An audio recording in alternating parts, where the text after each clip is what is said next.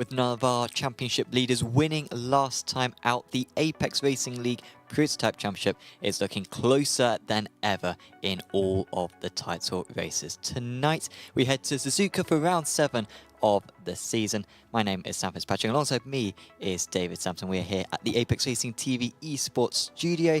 And David, this is looking pretty exciting. And last time out at Sebring, we did see some mixed up results. And yeah, genuinely all 4 Drivers' Championships closing up. And with 4 rounds to go, genuinely all of them could still change hands. Yes, hello there. Welcome back this week. Thank you. Yeah, it is. So obviously, Sebring was a good test of our drivers. Obviously, the best were able to extract the most. Well, for the most part, it was a really clean race. I enjoyed it. It was just very dark, advanced darkness. Suzuka, it's going to be really shake up. Much faster technical circuit, much closer racing, multi-class. Even though they're both still high-powered prototypes, the LMP2s, yeah, we'll see. Late into the S's, maybe we'll see some frustration come out. So hoping everyone gets through okay. But yeah, the championships are very strong battles. Especially, I mean, the GTP with the Manatee boys, they've been, I don't know how they're going to be beaten, to be honest. They definitely look very close between the two of them. Let's have a reminder of the calendar. And of course, we started off in Belgium, and we are, into the closing stages of the season. Daytona, Monza, and Road America still to come in the remainder of the championship. And of course, our format for tonight will be the 60-minute race. It'll be 75 minutes next time out. That will be our second 75-minute race. But tonight is the standard 60 minutes and a small chance of rain. David, we started off the session at a 40% chance. The last time I looked, it was down to about a 25% chance. Last time I looked, about 16. Okay, well, yeah. Fingers crossed. We haven't seen any rain so far this season. And of course, if it did rain, the LMP2s would look very, very quick around this circuit.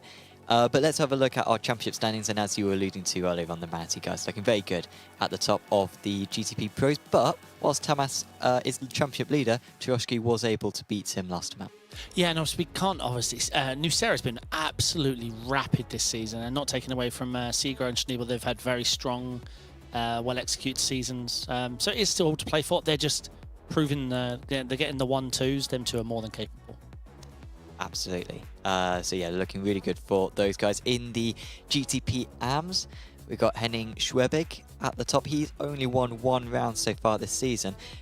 We've had 6 rounds so far and 6 different winners in this championship, which is cool. We've had Schwebig, Grondelez, who unfortunately has had to pull out of the season, Dimbolo, we had Agard on his debut one, and then last time out it was Son Kroll.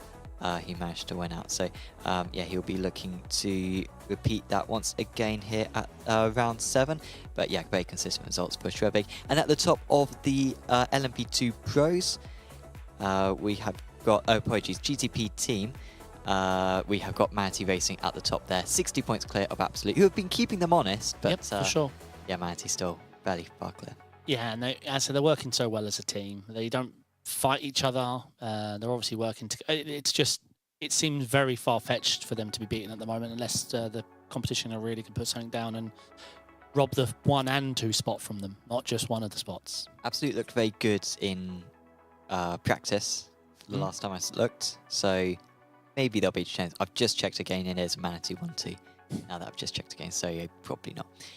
In the LMP2 Pros, we've got Alexander Delachas at the top, but really any one of those top 4 maybe have a chance. Paul Busby isn't around tonight, so I think you can probably rule him out of contending, but after Darson's been very consistent, and then of course we've got those Delachas cars at the front. Probably Augustin Bernier with the man who's got the momentum right now. Won last time out and has some catching up to do after the first few rounds, but he's pretty much made up that gap. Yeah, I mean, he's an excellent driver, but the LMP2 Pro is an excellent field. The points don't lie how close it is. No one man's proved that they're faster than the others on every track, so I think it's going to go down to the wire. It is potentially even closer in the LMP2 AM standings at the moment. Yuri Grigorenko, who's had 4 consecutive podiums, actually missed the first round of the championship, but because we are dropping everyone's worst score, that very much helps Grigorenko. He's got Quer in just behind him. Ooms is in 3rd place, and then Vinaccio and Bernhardt are a little bit further back. Probably just those top 3 are going to be contending. Grigorenko has missed a round so far this season and hasn't won a round this season, and yet he's still in the championship lead. Yeah, it's been an awesome battle. It's been awesome to follow, especially a few of the tracks with the technical, and they kept swapping positions. But yeah, I want to see this through to the end. Excited. Yes, and in the team standings on that front, we've got Chaz way ahead of Olkentech, and well, Fastlane putting a decent amount of pressure on Olkentech. Could see that runners-up spot change, but no doubt who is going to be winning the team's championship in that car category. When it comes to the track, of course, this is the best circuit in the world. It is Suzuka, because every corner is perfect. And of course, it starts with turn 1 and 2. A very demanding corner, so easy to lose the rear end, albeit a fair bit easier, I guess, in these cars compared to a GT car. Yeah, obviously these cars have brilliant brakes, so it is opportunistic as well into one, running alongside. But you're right, the track goes away from you, grip levels are not super high, and you really want to set up the exit. You want to be ahead for the S's, you know. It's a horrible place to follow. Definitely. And then, yeah, heading up the hill through the S's into Dunlop at turn 7. And then you head straight into the Degner. Super tricky couple of corners. Got to manage the curbs just right, particularly the exit of Degner 2. Very easy to take too much curb. And then, of course, under the bridge and into the turn 10, turn 11 hairpin. Where do you think the main overtaking spots are going to be on this circuit? I mean, obviously, is it just going to be Casio Triangle and turn 1? Or, like, could we see some moves into that turn 11 hairpin? I don't think we're going to see hairpin moves. I'm not 100% sure because of the prototype nature and the dirty air following at 130. I'm not sure. Turn 1. Yeah, into the last chicane. I'm not sure. It is tough in these prototypes to judge. I'm more afraid with the GTs around here. Yeah, it's going to be tough. The dirty air is not going to make it easy for them. And particularly in the LMP2, even in the LMP2 into turn 1, it's going to be tough, right? Because there's not much of a breaking point at the end of the straight, not much of a toe. So it's probably going to be an aggressive move into the Casio Triangle, which is maybe their best shot. Yep. We will see if that comes to fruition. But there is the circuit. We will be transferring over to the circuit in just a moment's time. We'll show you this quick advert, and then we'll be showing coverage of the qualifying session.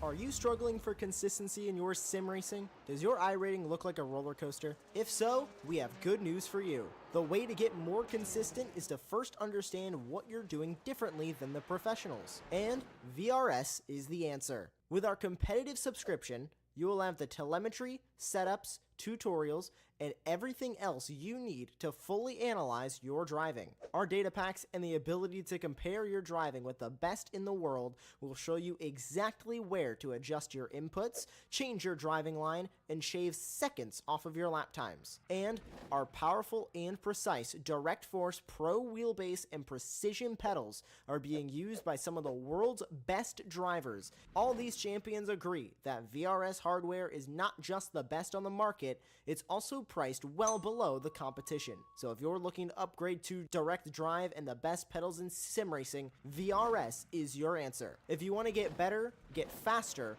and make it happen sooner rather than later, you owe it to yourself to find out why so many people are switching to VRS. You'll be so glad that you did. Visit www.virtualracingschool.com and learn why the best use VRS. Welcome to Suzuka.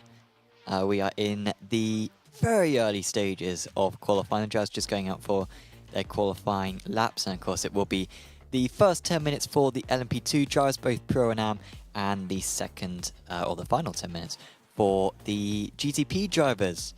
Any GTP drivers watching along, I know Lennart Schnabel is in chat. Do you let us know what you think of the circuit, how confident you are about this session? Of course, all the LMP2s now just getting out on track, and for now at least a bit overcast. Will be plenty grippy enough, I'm sure, with the low track temperatures, but no sign of rain. If there is going to be rain, it's going to be right at the end of the race. Yeah, it'd be exciting. Last time I actually drove here was in the rain in LMP2 and IMSA. It was fabulous. Overtaking 9K GTP drivers. Yeah, I loved it. Got a few new drivers for this round of the championship who will be featuring in the LMP2 class, and they are all from the same team. ACA esports team. They are an Andorran team who I think have been underrepresented on Apex Racing TV in the past. Not enough Andorran drivers. But Frank Porter, Helder Kurka, and David Santamaria are the drivers for them, and best of luck to them. They are all in, no apologies, those last two, Helder and David, are in the AMS, but Frank is in the pro category, so best of luck to them. Well said. And of course, if anyone else wants to join the remaining rounds, got 3 more to go after this one, you can register over at apexracingleague.com, where you can also sign up for the Racing Unleashed GT3 series as well. Looks like we've got a big crowd here today, which is nice to see. Yes. It's around, what, 35, 40 drivers, I believe so? Not sure. There's usually a way of me knowing, but I think because it's in queue, it's different. Yeah. So this is your favourite track. Favourite track? Much Well, success here in the past? That's a good question. I got disqualified. The only time I've ever been disqualified from an iRacing race was here. I cut the chicane. I was under pressure, maybe even in these cars. I missed the braking point at the Casio Triangle, cut the chicane. The other guy protested me, saying that I didn't give up enough time, even though I served the slowdown. Yeah, it's not. Yeah, I know I what you got mean. disqualified afterwards. So Yeah, this will sound shockingly wrong, but I've won top split here in the Suzuka 10 hour. yeah.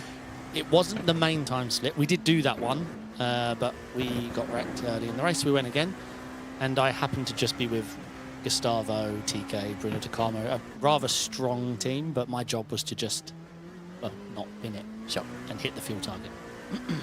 I mean, what I would say is that when I won the BSR Radical Winter Series Championship... Oh, you've never mentioned this? No? No, tell me. Okay, so yeah, I won the BSR Radical Winter Series Championship, beating Josh Thompson and Kane Halliburton and pretty much all the most respected drivers in the world of sim racing, and in particular the Radical SR8. Yep. This was the penultimate round of the championship, and I think I got a podium on that occasion. So it was one of my bets. That's the bets first time rounds. I've heard this. And Josh went on to do great things, so soon. Well, yeah, but I mean, he's in Pesk now, and that's where I could have been, but Okay. here I am, and out of choice, and not out of talent. Yes. Yeah, that makes sense. But I think Josh knows. Yeah, he thinks about it all the time. Yeah. The first few times are coming in. Michael Harfler-Darson is currently fastest, ahead of Christophe Herbigny. Very close, but they've been smashed by Yeah. Tokbulatov. Anton. Here we go, Delatrez rounding, always very strong in qualifying. Very close times though. 45 flat we're at now. The last few pole positions, well, the last 2 have both gone to Augustin Bernier, who has converted those pole positions into race wins. The other poles, 2 for Christophe Herbigny in the first 2 rounds, and the other for Paul Busby back at Road Atlanta. See the Britsy thing is sticking around forever now. Seems like it, yeah. Yeah. It was our fault for hyping it up and making everyone type it over and over and over again. Well, you say that, but we did explicitly state only type it once. Not round 1, we didn't. Round 1 we didn't. Round 1 we made it seem quite clear, the more you type it, the more chance you have of winning. It was from round 2 onwards we were stipulating. Not going to have too many effects cars out there today. No Paul Busby, unfortunately. So John Williams is going to have to What about represent Nathan? that car. I think Nathan... And Nathan Richards as well, I believe, is up there. Wait, is his surname Richards? I didn't... Nathan... I don't see his name. But it's not Richards. The name would ring a bell. Willoughby or something. Yeah, Willoughby. There you Who's go. Nathan Richards? I have no idea. Oh. Oh, I thought I saw someone going the other way. I think it was my track confusion.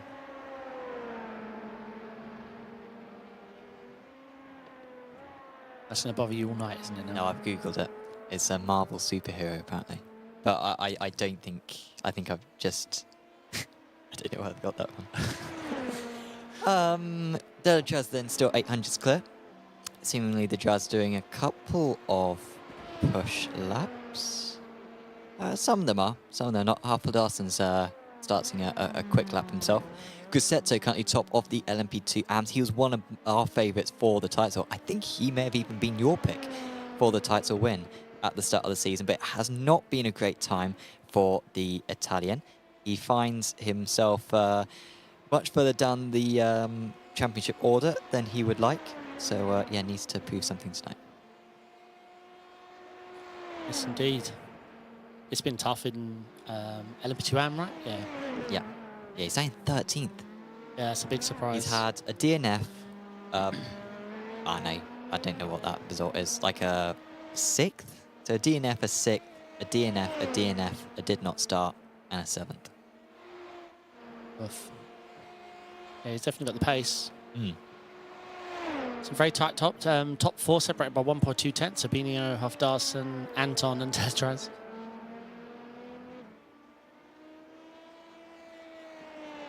But yeah, I like this track. I don't, especially the slower the car is and the more understeer it is, I less enjoy it. Sure. Yep. Because lots of sweeping corners. But can you realise at least that? Can you comprehend that every corner on this circuit is perfect? Like you can't improve any corner on this circuit. Every single one is perfect. I'm not a huge fan of iRacing curbs nowadays, so the Degners are a little bit of a pain for me, to be honest. Is that fair? No.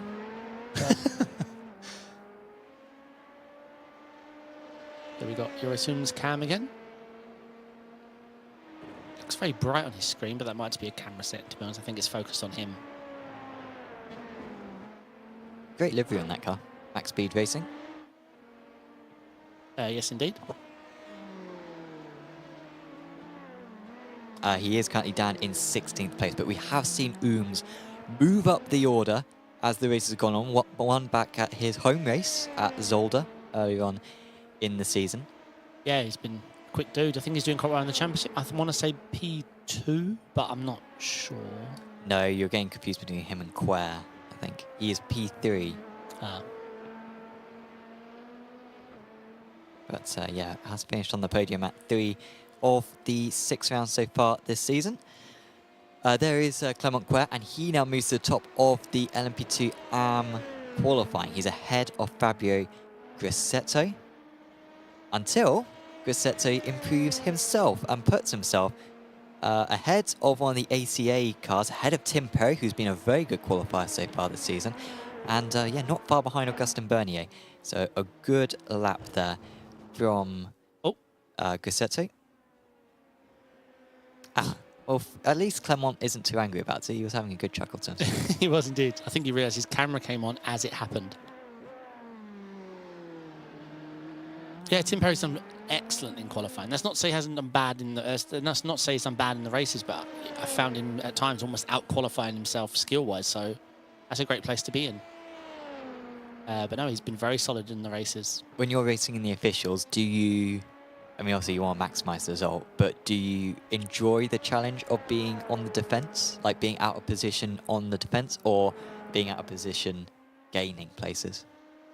I think with the draft and the tyres and how it is in iRacing, I'd much rather be the defending, yeah. I find overtaking iRacing, you just stress the tyres, there's no draft, you ask a lot of your car, you usually burn more fuel. I.e., you probably could have got this exact position in the pits or later in the race if you'd have just followed. That's one thing I wish we got back. I mean, when I started on iRacing, there was, I mean, people probably don't remember, there was more draft in the GT3s than there is now in, I mean, any major car class, apart from like F4 and Skip Barber, but I mean, GTP has draft, but we had way more than that in GT3 back in the day. And yeah, I just miss all the... Yeah, it's just become a little bit more of a tyre fuel saving sim, which is fine. I've been doing that for years and I enjoy it. I'm good at that, but yeah, I mean, I jump in an F4 and I think every now and then, I could do this every day. Like, it's a bit more stressful. This is the informed man, 2 poles in a row for Augustin Bernier. He's got some improvements to work on right now. This lap has plenty of personal best, no purples, a little bit of opposite lock, and well, he's all over the place, and he's almost put it in the wall, and that will be the end of his qualifying. That is a big underachievement from the informed man, and I think that lap would have probably put him on maybe the 3rd row, but I don't think it would have been enough for pole anyway. Yeah, his setup seemed very stiff, which is great for pace, but the way he was riding those curves, he just didn't get it back. See Adam Watson ran to the line. I've drove with Adam in endurances before in the past. The fast dude.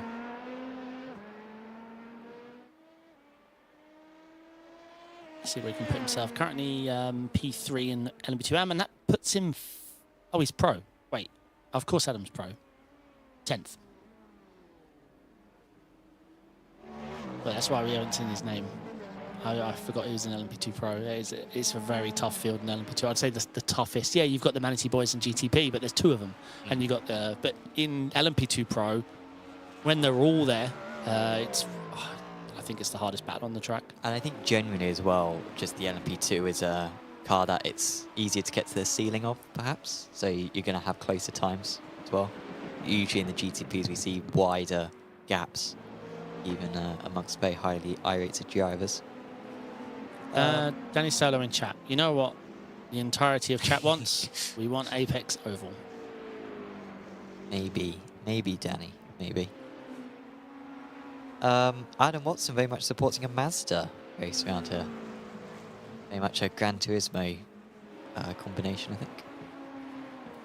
Hey, Adam. But yeah, I'd be down for that. Yeah, Mazda's around here. That'd be nice. What's the Christmas event that they're doing at VIR? That's in the MX-5, isn't it? It's...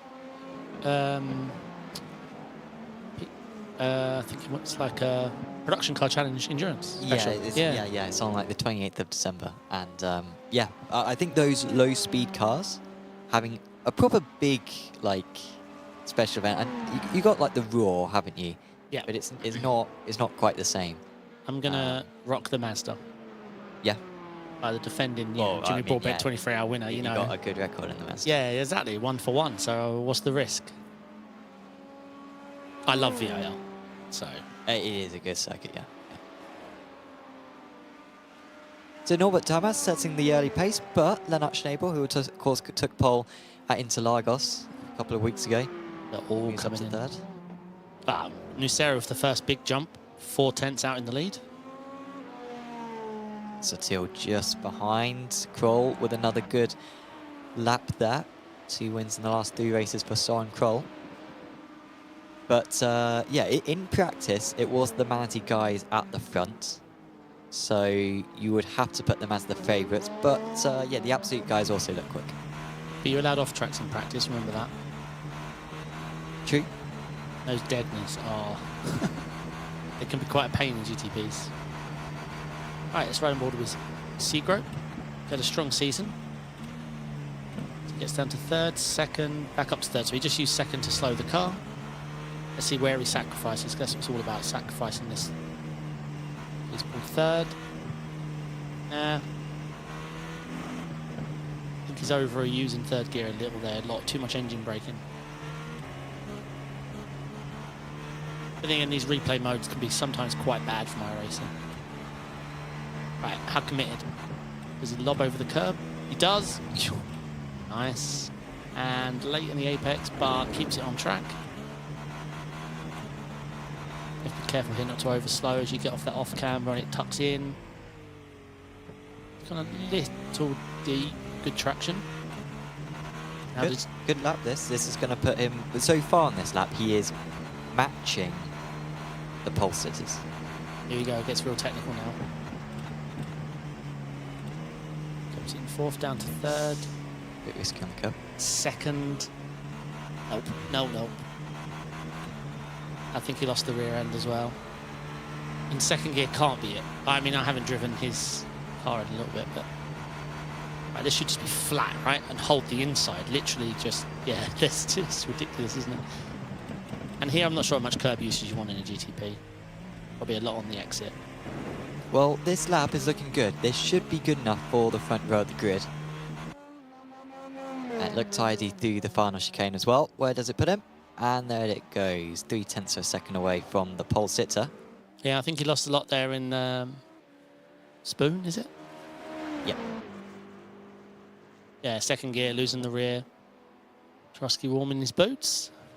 Yeah, not a good session so far for Turoshki. Did not set a clean lap his first attempt.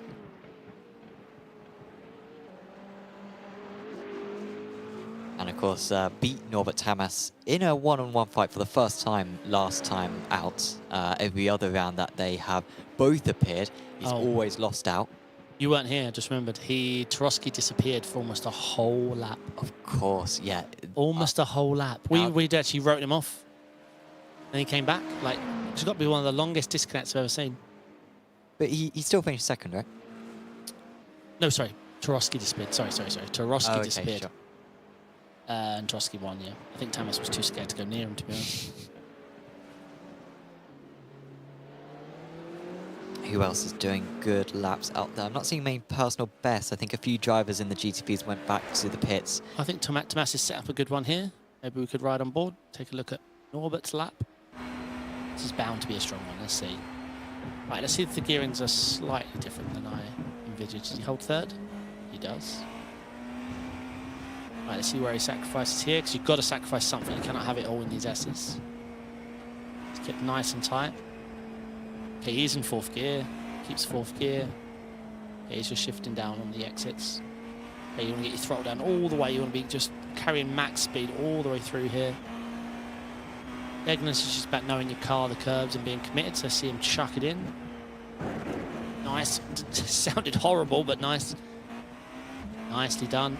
Kept it onside as well. Onside, it's not football. Kept it on the track. But that's my Tuesday gig. Nice exit. Right, does he hug right here for the shorter line, or does he let it track out? I noticed Segro, yeah, okay, holds. So I noticed Segro going out wide and following the contour of the corner, but you really want to just hold that white line. Right, we're not going to see a second gear here, no way. Third. And rear under control. Horrible curb, he lost a little bit there, but he had the power down, so that's one thing. You want to stay left here, then brie over slowly. This isn't even a corner anymore in these cars. You just hold the shorter line. Yeah, he wasn't improving. Only one personal best sector out of those first 5. And so is he going to line it up for one last attempt? I mean, right now it doesn't look like anyone's going to come close to him. Probably Turoshki's the only guy who could really launch an attack.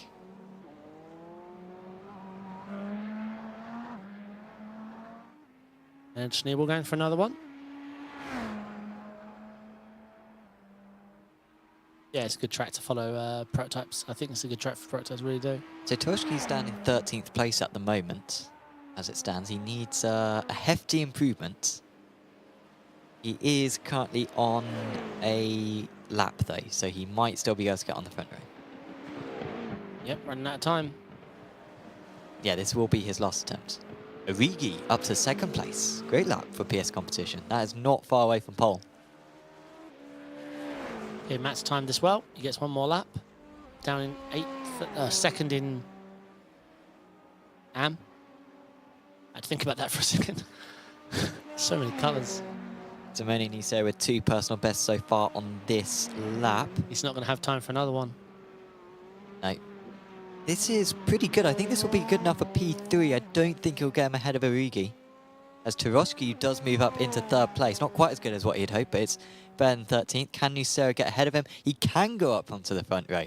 Just about edges out Origi. That was a good final sector gain. 300ths on Origi in the final sector, and that proved to be decisive. If Turoshki can stay on the 2nd row, though, still got to favour him because he'll know the launch from Tamas. Yeah. Oh, if Tomas helps him. Segro. Well, he can't stay on the second row. Yeah. Segro moves up to third. It's over. Look at that. 7 thousandths separating second down to fourth. Yeah, it's brilliant. Can Tomas go even further clear? He cannot. So, Northamptonshire is far from dominant in the end of that session. See whenever you can go. Currently P6. Oh, it was an awful sector 4. It was a really good start to the lap, actually, but a bad sector 4, not a particularly good sector 5.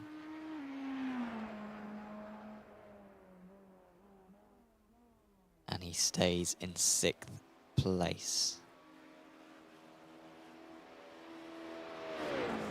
Yeah, lost 4 tenths, honestly, in that 4th sector. If it weren't for that, he would have been right in play for pole position. A very good looking lap.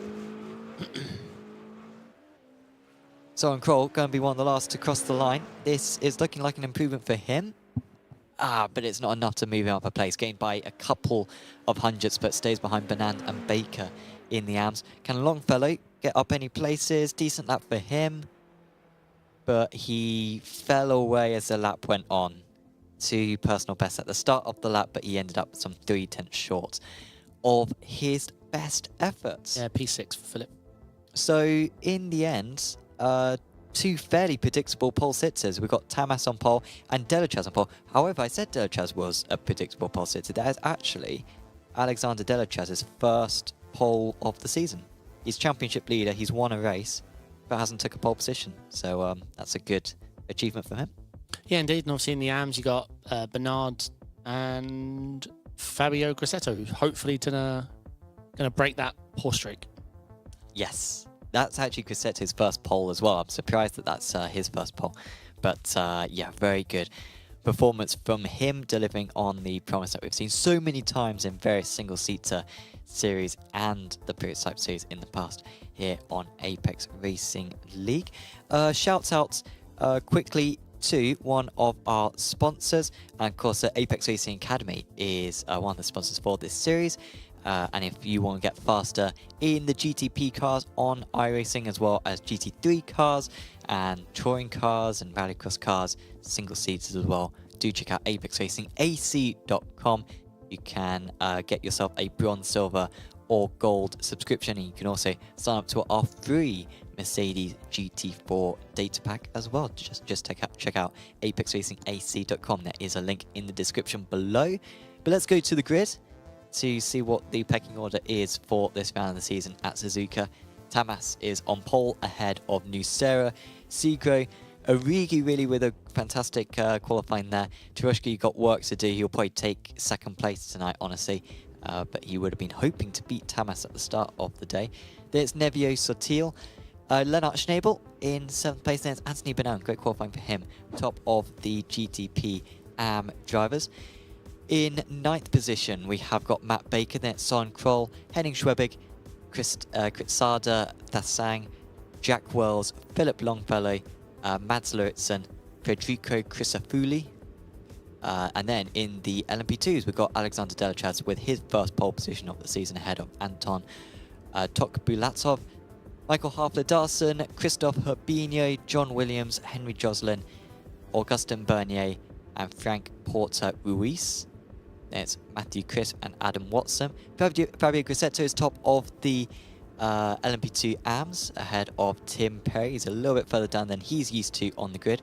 Then it's Clement Quer, Clement Fidri, Alexei Grodin, Joris Ooms, Luis Benaccio, Helder Kursera, David Santamaria, Ivan Revkov, George Sazonov, Sergei Orikov, and Luka Korban in 39th. He has got I instructed the safety car to wait for you, by the way. So he's heading out now. That was good timing for me, right? It was, yeah. No, I spoke to him because, yeah. Yeah, no, I was going to start playing the Oscars music, you know, where you have to wrap it up.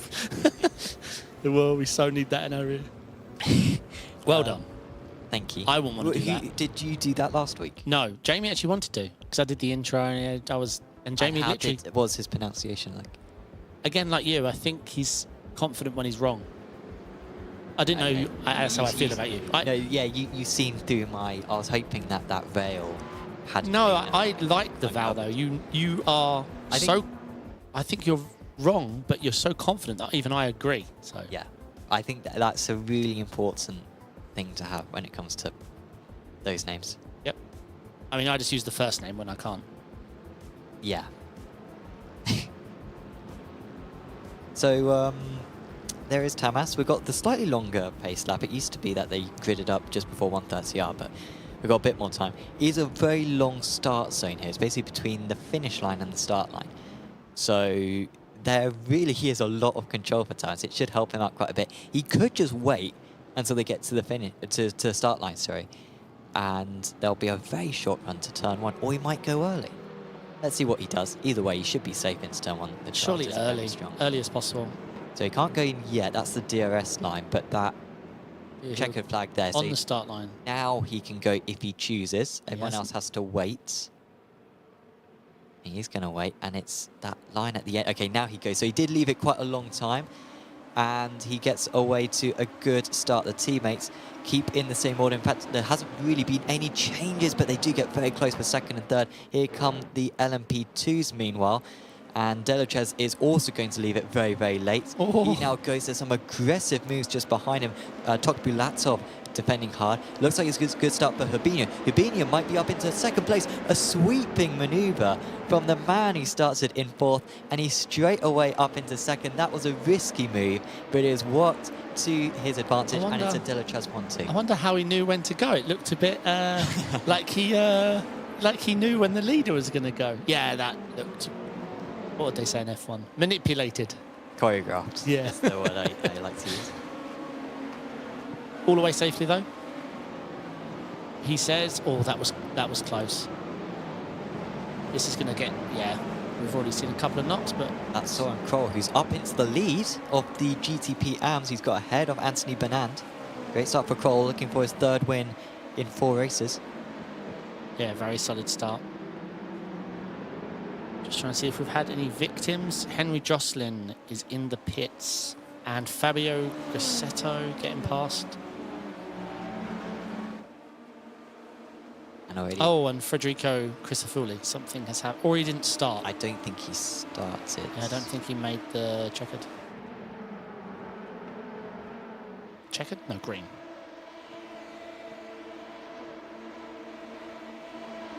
So Grassetto has, after that good start for Grassetto, albeit, I think he gained 1 place. Very close to Ruiz, who's in his first ever race. He's a little bit wide though, is Ruiz. And Grassetto will look to the inside. They're both late on the brakes. Yeah, very late. And fortunately for them, there's Batsing behind. Otherwise, they'd be very vulnerable out of the chicane. Grassetto has to stay behind. But look at Clement Fidri. He's close behind. He's up 4 places already, is Fidri. And they've also got Tim Perry as well, who Fidri was able to get the better of at the Casio Triangle. Yeah, I think we're just going to follow here. Get the tyres up to temp.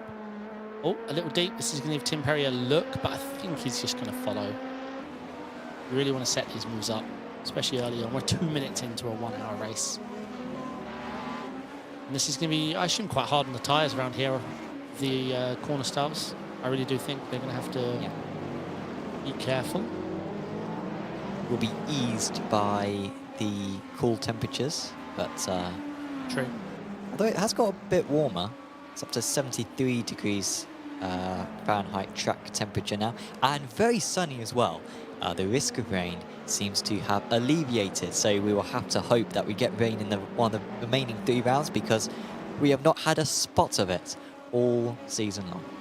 Let me create the sessions and you'll see what it's like for rain. 100% chance at the start, then it drops to 0 on lap 5 onwards, and then it comes back 6 laps from the end. Heavy, heavy rain. Well, today was looking quite fun, because if it was going to rain today, it was going to be in the closing stages. And that's... Oh, no, Anthony Bernand, after a poor start already, he's made a very big effort to make the corner. And...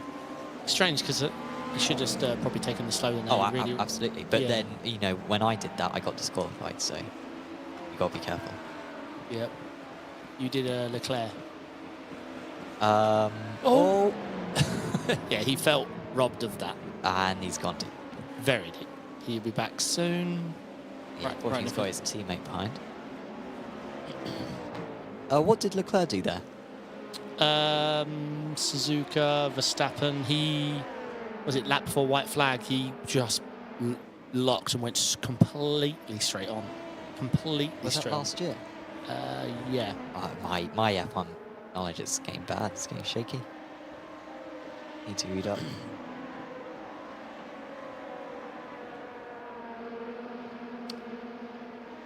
So Halfblood Darson currently running in P5. He has finished remarkably consistently this season, has Halfblood Darson. We've got a battle between Thesang and Baker. Thesang has got past Baker.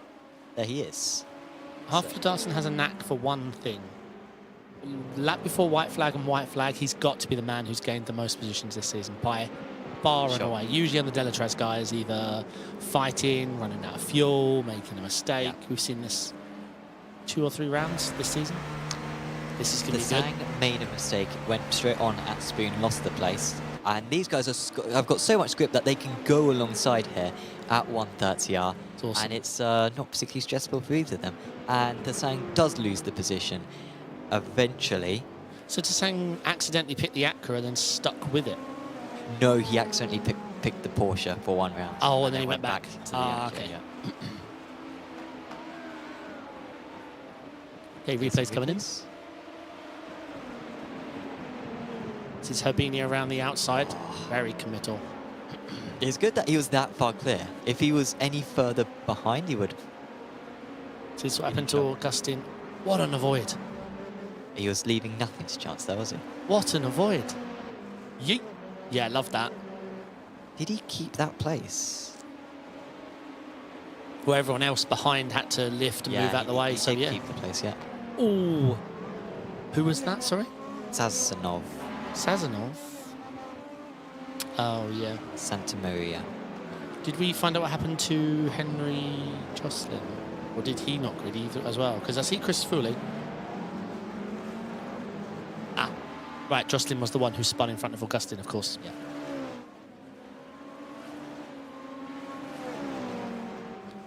Augustin Bernier. Anthony Bernard, sorry. So, yeah, the pros are taking out the top 6. And then you've got the 5 following, and Jack Wells.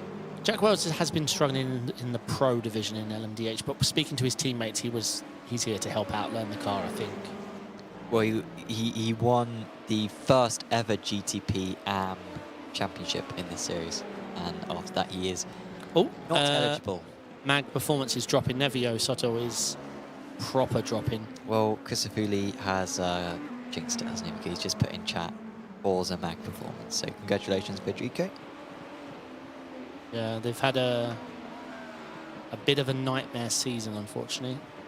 And yeah, hopefully you feel better soon. Federico doesn't sound like you're in the best of health. Fever of 39.5. Is that Celsius? I've been in America so long, I don't even know what that means. That's Celsius, yeah. I think it should be like, what, like 37.5 there, yeah? 37 to 38? What is that in Fahrenheit, Federico? I was in America 11 years. That's like 97, is it? No, that's probably over 100. I hope probably over 100, yeah. Yeah. But the rule is if it's under 100, you're going to skull, mate. Yeah. That's how it was. Oh, Nucera's slow. Yeah, maybe a slowdown, I'm not sure.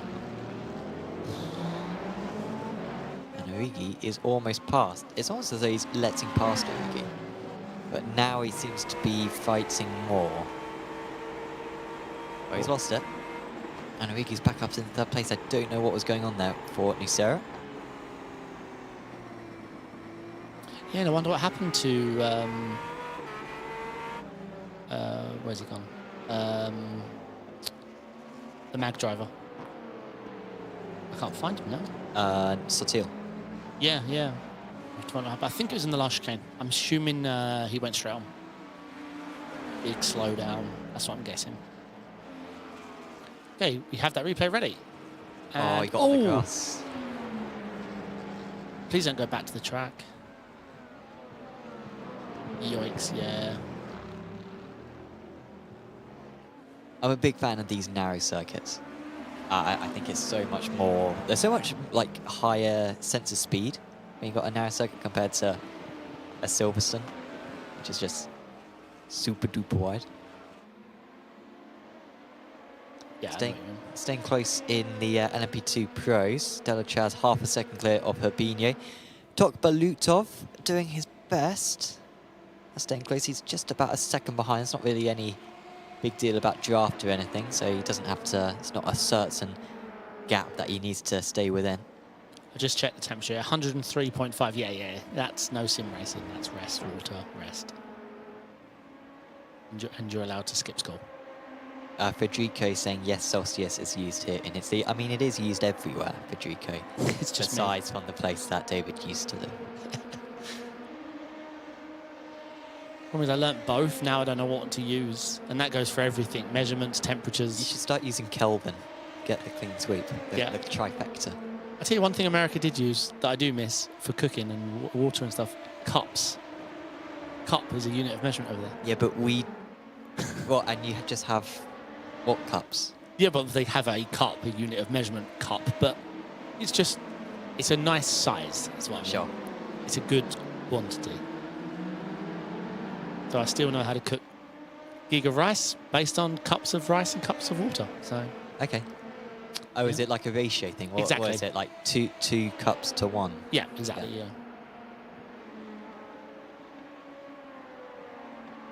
I'm a simple man. If I can keep it in big ratios, I can remember things. All this 863 millilitres. No, thank you.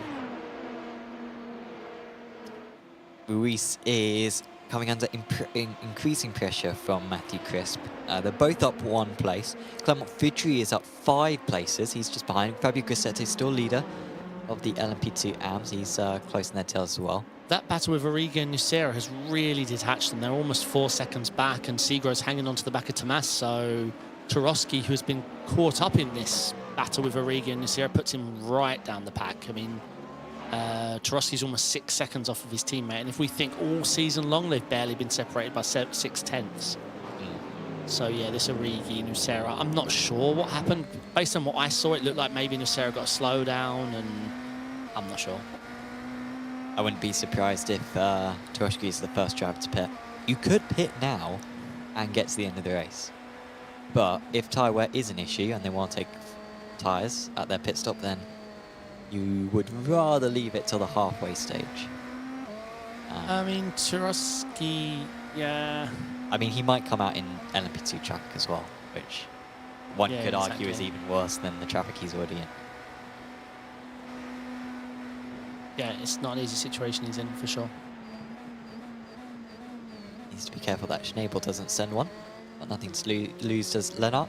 Probably the most improved GTP driver so far this season. Yeah. Chamba Interlagos, he was on the wrong side of the call, wasn't he? Yes. Yeah, took tyres when others did not.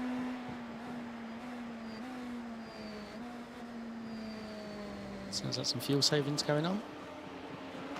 Anthony Bernard, this pack of 3 is still hanging together. Oh, that's very wide. He might. Oh, no. Not quite. Needed that straight to be a little bit longer, did Bernard. Yeah, overtaking's not easy here. Henning Schwebel hanging on and looking. Jack Wells is quite a bit way back, 5.5 seconds off. Yeah, Tomas is looking very comfortable. He's keeping Segro back. Seagro's keeping him honest, but Tomas seems to be able to control the race, control his fuel saving. It's looking very good. All right, LMP2, Delatraz leading with Herbinho in the draft. I mean, this draft goes all the way back, top 6, really. Adam Watson's a bit detached for almost 5 seconds. And yeah, as you mentioned earlier, Herbinho up 2, which is a massive deal for them because they can control the race as teammates 1 and 2. GTP AMS on Kroll. Lovely gap back to Matt Baker, so that's looking promising for him. And Fabio Grassetto, he's ahead of Tim Perry. Wonder what happened there. Oh no, yes, right, of course, yeah. But then all of the other AMs are in the draft back there, so still all to play for. We're only 13 minutes in. Yeah, everyone's still very close. I mean, there was no big incident on lap 1, and there haven't, well, there may be a couple of incidents, but we only had a couple of casualties. We started this race with 38 drivers, and 35 of them are running very cleanly. If you want so to, there hasn't really been any gaps being formed. if you want to see the next incident, we probably need to see the track map, and that will determine when it is all going to kick off. So we've got a little way to go, but it's sooner rather than later. Oh, they're only about half a lap ahead on the GTPs of the LMP2s. What's the pace difference here? So 43s versus, I say it's only 3 seconds a lap. Yeah, and it's 100-second lap, so that's what 33 laps to catch up. I mean, obviously there'll be bigger gaps between the fastest And the slowest, and the gap at the start as well. So we can maybe say, and the gap as well. So we can maybe say 6 seconds a lap. But if they used the gap they did at Daytona, there'd be a passenger by now. yeah, That was amazing, wasn't it? penalties were Lap awarded. 1, the end of lap 1. Yeah, The traffic crossover happened. Oh. And what was most scary is the GTPs were still very, very, very bunched up. Yeah. So this battle's still happening. They are really fighting over this P2 in AMS. I think Desang's just making a lot of mistakes. I think he's got the ultimate pace, but whenever we cut to him, he seems to be missing an apex. And it's really important for Bernard and Schwebig to clear him sooner rather than later. Schwebig's going to take advantage of this one. That is a really good move there. It was. From Schwebig. Because he didn't hit Matt Baker as well. Yeah, you're right. I think Casada's the quickest of the 3, but the least consistent at the moment. And they're all 3 of these are just fighting so hard that they've been completely disconnected. yeah, they're over a second slower than the cars ahead. And of course, remember, Henning Schwebig is championship leader in the GTP AMS. And he is standing to lose points to Kroll and Baker should the race finish. I don't see how they're going to touch Soren Kroll at this stage, driving the way they are. Obviously, Soren Kroll's going to have Nevio Soto on him again soon after his incident. So maybe that costs him time, but if Soren's smart, he either can hold him back or just let him through and follow. We haven't seen anyone drop it on the exit of Adegna yet on the curb. Deep for Frank. Been to Andorra? Have I been to Andorra? Yeah. Andorra's a country, right? Yeah. Then I have not. There's a really offside, but there's a very good Onion News Network video called about Andorra. I recommend people search it up. Excellent. I probably won't tonight. I've got other things to watch, but soon, promise. I've got things. I'll link it to you. Yeah. I've got things on my YouTube watch later that are about 14, 15 years old. I do watch some rubbish though. I was learning about glass making this morning, so I might end up watching your video. Okay, yeah. This is a big gaggle. Yeah. Yeah, I mean, Adam Watson's overtaken a bunch of these drivers and now has just decided to not drive away from them. Yeah, this pack, though, is the biggest of all the gaps on the track. They're 7 seconds back from P6. Oh, Matt Baker. Yeah, that was the battle with Schwebel and Cristada. Something has gone wrong. I think Longfellow may have been losing a couple of positions as well. Try and get a replay of what happened there. Yeah, because that was the 3 battle. That was a good-looking battle for P2 in GTP AM. But something has gone Well, wrong. Baker was way ahead of the Sang. It was the queue behind the Sang. So he was like 4 seconds up the road. No. The Sang. It was Baker. Baker, Sang, and Schwebel. No, it's the Sang, Schwebig, and Bernand. Ah. As this is close. Watson on the outside. I do apologise. Watson's Sam is gonna correct. hold Yeah, he's got on. this, yeah. Oh. Oh, only just. And that is just going to make this train keep on adding. Perry is with these guys now. He's been catching by about half a second a lap. It'll be Clement Quer, who's 1.2 seconds off the train. But look how close they are. You're even getting into 97 Eddie Irvine overtakes perhaps into the S's with the speed that they are having to carry in this queue. I was talking about Eddie Irvine just before the stream. Small world. We're talking about his famous... No, I was getting him confused with Dennis Irwin, the football player. So, Sure. yeah. Oh. I didn't say that. Oh, a little touchy-touchy. This is going to get very clustered up soon. Crisp with that dive has left himself vulnerable now. Clement Fidji is almost clear, but Crisp is going to be able to cover this one off. I mean, Fidji goes off the circuit, and now he makes contact.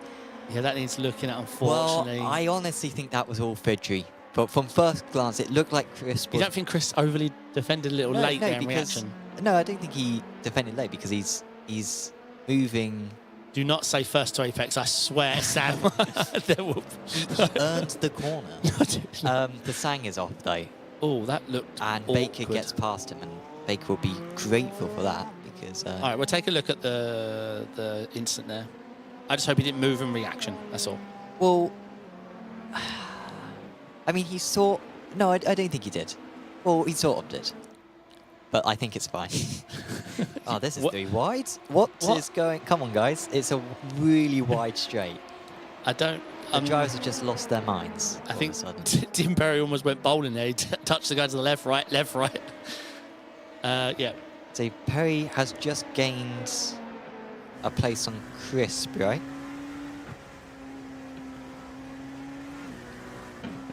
And... Oh, sorry, Crisp, of course, was the driver who spun. And because he's now down 6 places from his start. But yeah, all going on. Yeah, we'll see. It looked like Crisp came over to the left. Oh, Crisp is another driver I've driven with in an event. So, apparently I've driven with everyone. I've driven against you, Sam, in the 24. Yeah. Were we on track at the same time? No. You lapped one of my drivers, though. Yeah. Lapped him. I told that driver, do not... No, I didn't. Put him in the wall if he tries to get in. No, I didn't need to. I just need to wait. Let Lewis drive. Yeah. Yeah. The Sang is into the pits. He must have... well, I said he must have picked up damage, but he just span into a... Yeah, I mean, there might have been contact before that caused the Maybe. speed. Yeah. Lots to catch up on. We'll see the Crisp incident. We'll see what happened to Cristardo. And keep an eye out. The Sang's going to come out. Oh, he's going to be close whether the Sang is ahead of the LMP2s or not. He is... They're just crossing the line now. You can hear them. No, he won't be. He will be just behind. That's a bit unlucky for him. Oh, come on, get up to speed. No, he is behind. Yep, it's going to get very awkward as well. Just 2 at the present on track. So, okay, all the replays coming in. So this is Matt. Yeah, so he was easy P2 and then spun it. Yeah, it's easy done. Oh, he just dropped the rear left on the curb, carrying a bit too much speed. And this was the... Yeah, I think that's fine from Crisp. Let's see. I think you're allowed to cut that off. Like it's a straight, you know. Yeah, it's fine. And I think that would be a hefty penalty for Fidji because he's. I mean, why is he driving on the grass there? Like, it's not so he's alongside. And so this is. Oh, that was way too much. I mean, I was saying that they might have to go for an Eddie Irvine overtake, and he tried an Eddie Irvine overtake, and it didn't work. That's just one of those corners where the optimal line is sacrificing pace, but you can carry it in. Oh, something's occurred. These 2 drivers are recovering. Yeah, I saw someone spun. What is that team name? Santa Maria. Oh no, Venaccia. What's that team name? Armamentario. Okay, cool. Let us know what it means. Gordon gets overtaken again by Venaccia, who just spun, but has re-overtaken. Benja SA says in chat, Andorra is a small but great country. Where's it near? It is in the Pyrenees between Spain and France. Oh, well, I've driven through France, I've driven through Spain, I've driven through Portugal. I wonder. I've driven, I've driven to Monaco. I've driven all over. This was a long time ago before I moved to America, but always liked driving over Europe. Matthew Crisp in. Oh, these curb bounces. I've had this in officials where I've gone to stop for my guy as a bump hits and then you fly past your guy. Sure. It's a skill issue, I realise. Norbert Tass looking very comfortable. He's opened that gap up to Segro to 3 seconds, which, yeah, once he got the draft broken, it's just extending. Origi 4 seconds back.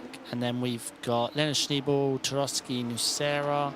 Change of position here. Yeah, I was just about to say.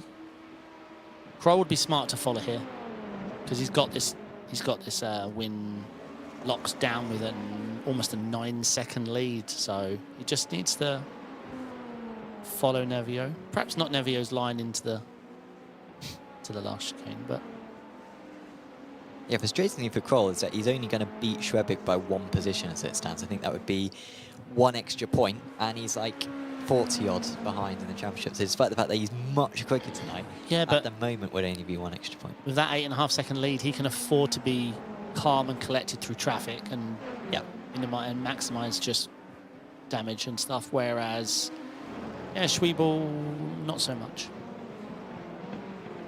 Sure, if Schwebel's thinking long, then yeah, this is good for him. P2, like you say, 40-point lead, so Orikov might be overtaken by Kirkuera.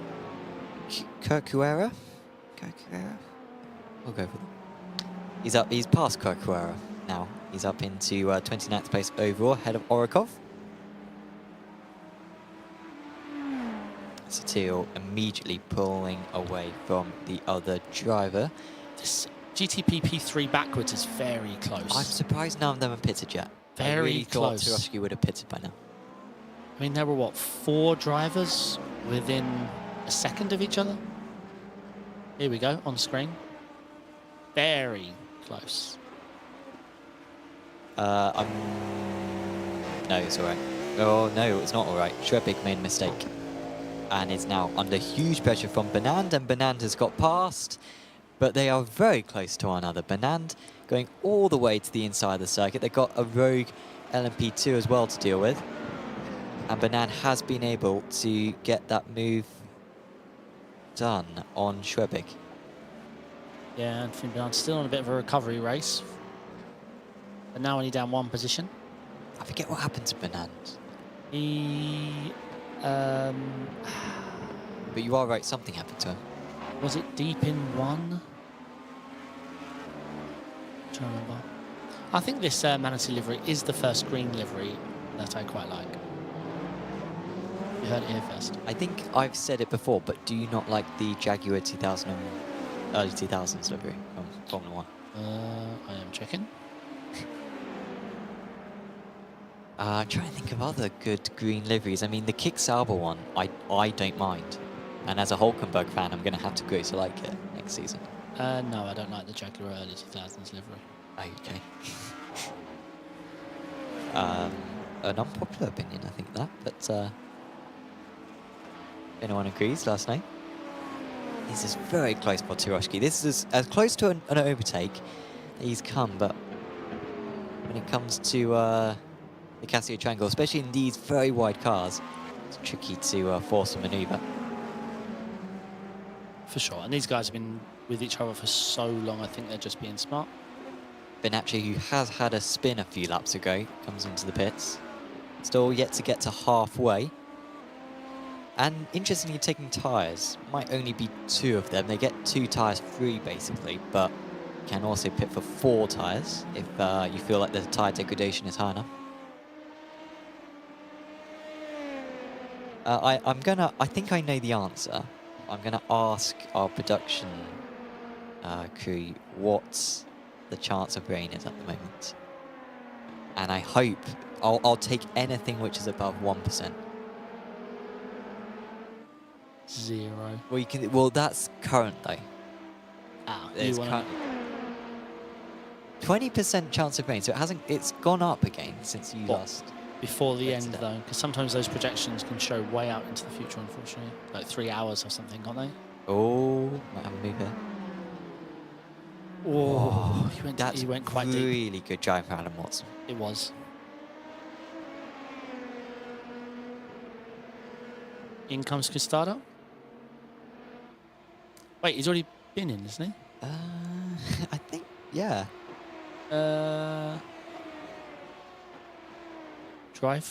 No, it's not a drive-through. If he's stopping for tyres. He's taking tyres as well, yeah.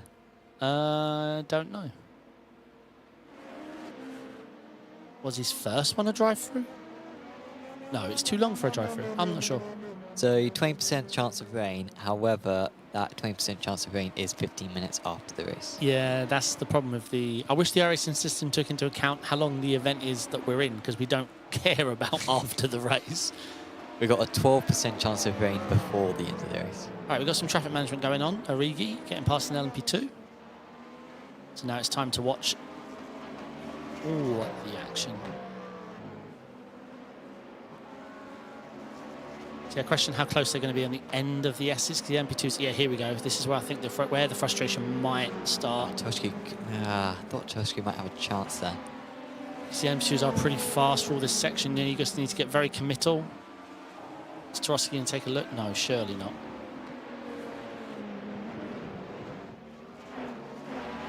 Yeah, end of the S's, Degners, I think that's where we're going to start seeing the classes trip over each other. We almost see Schliebel taking a little bit of LMP2 with him. Got a couple more laps though until they get into... Oh, yeah, well, they got that 9th place back marker to catch up to, but then, yeah, probably another 5 laps or so, 5, 6 laps till they get into the proper LMP2 field. And Fidji, who we've already seen crash into the wall at qualifying. Is he using a controller? Where's his wheel? Where's his chair? It looks like he's just stood there using a PlayStation 4 controller. I mean, he's quick. There's the wheel. It's just low, very low wheel.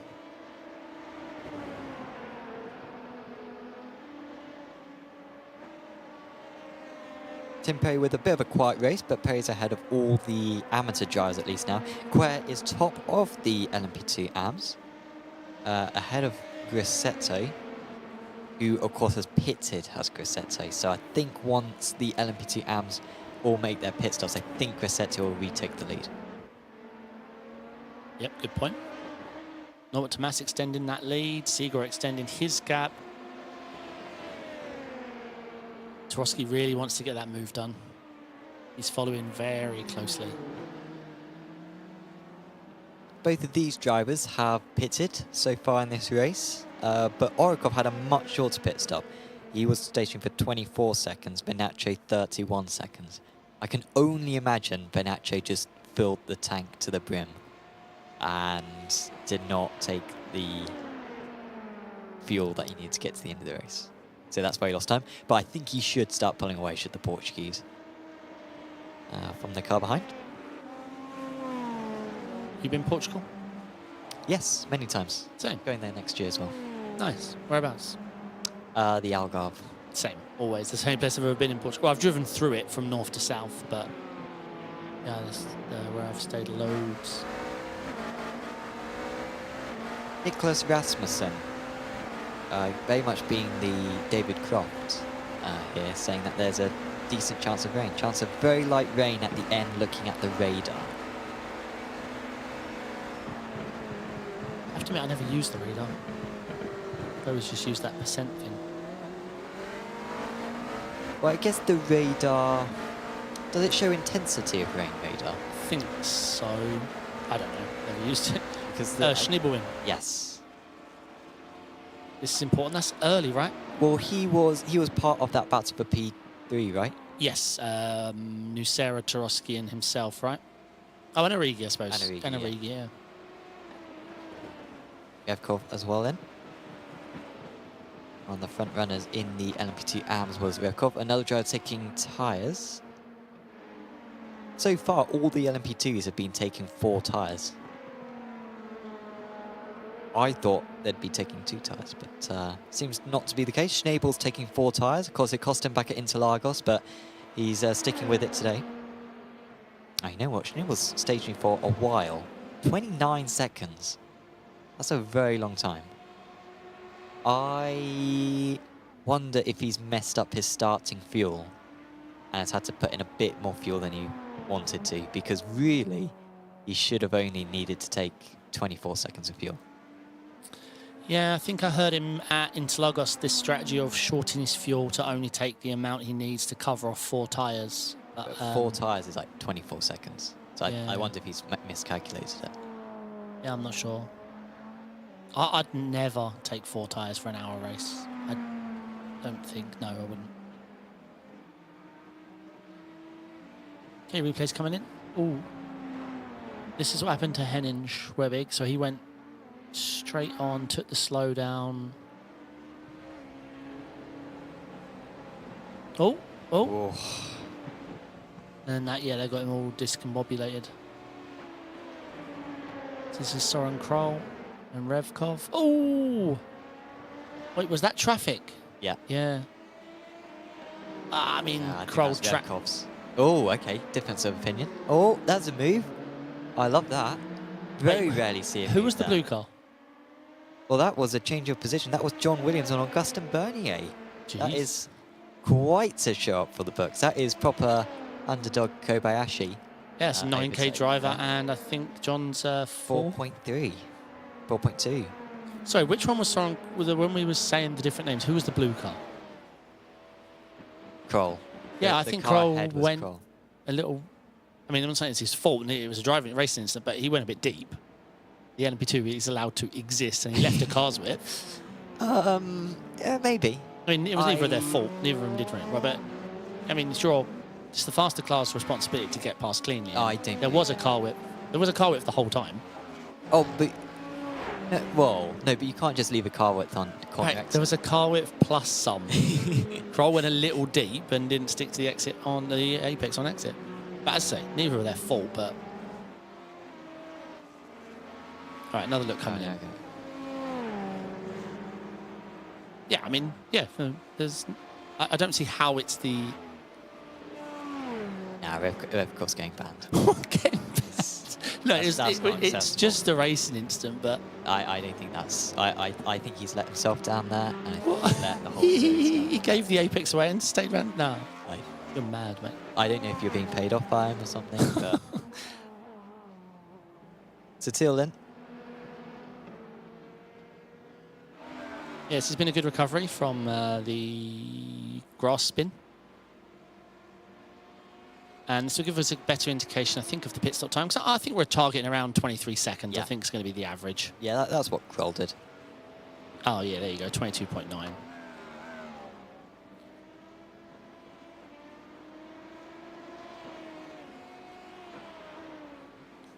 And let's... Whoa. Oh, only 2 tyres. Well, if 2 tyres is 16 seconds and it's 23 seconds to 4, then I am 2 tyres all day long, mate. Tricky, though, to decide what to take here. I imagine... What is it? Rears for oversteer, fronts for understeer. That's your decision you have to make in these I cars. mean, you can't take a front, right? I mean, the car would be undrivable. Yeah. Yeah. Yeah, all the sweepers. Top drivers in LMP2 are in, apart from Delchas. So Delchas, not only was he leading, but he was also saving fuel. Looks very good for extending his championship John not lead. in either. Oh, yeah. But John's fuel saving last week was impressive. Remember, we didn't think he would make it on fuel. Oh, a big reverse there. Oh, that's going to cost him a place. I don't think... Is Herbinho even on the jacks? I think. Oh, yeah, he was. Yeah, 2 tyres. So who was that that blew the jacks? That was Hofdarsen, right? Yeah.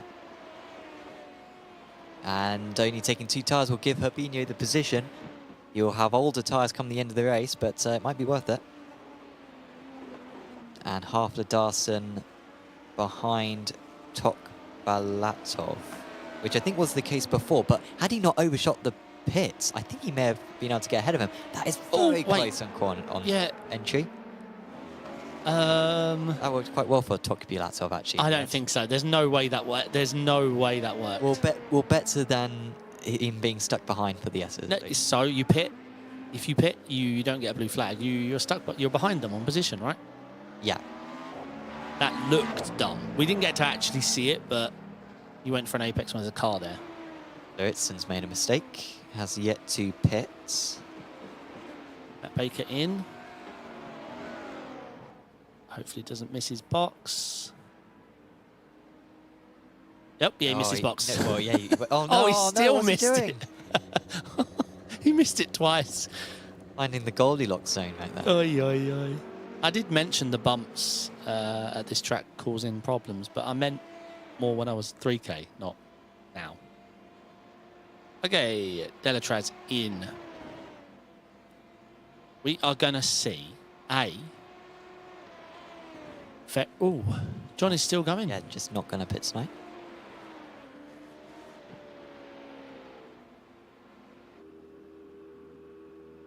Bernier in. So Delatraz only taking 2 tyres. He's just ahead of us. He's only taking 2 tyres at least. 20 seconds. So he took a... Oh, no, that was a quick pit stop. Yeah, quick pit stop. If that's a quick pit less. stop, what's Nevio doing? That's my question. Oh, but that's different classes, right? Yes, carry on. Carry on, yep. Let's pretend I didn't say I that. mean, you knew that. Yeah, I knew that. It was more of a test. Bernier barely ahead. Can he stay ahead? He might lose out here. Here he goes around the outside, and he does edge ahead of Michael Harper-Darson, who's overshooting off his pit stall. Seemingly has been quite costly. Yeah, that's surprising, right? How Harper-Darson's still in these battles. Oh, but Bernier was miles behind. Remember, Bernier was behind Williams. Correct. So Williams might get ahead of Harper-Darson. So Harper-Darson might lose 3 places, I think. Because I think he would have been ahead of Tokyo-Bulatov. Schwiebel in.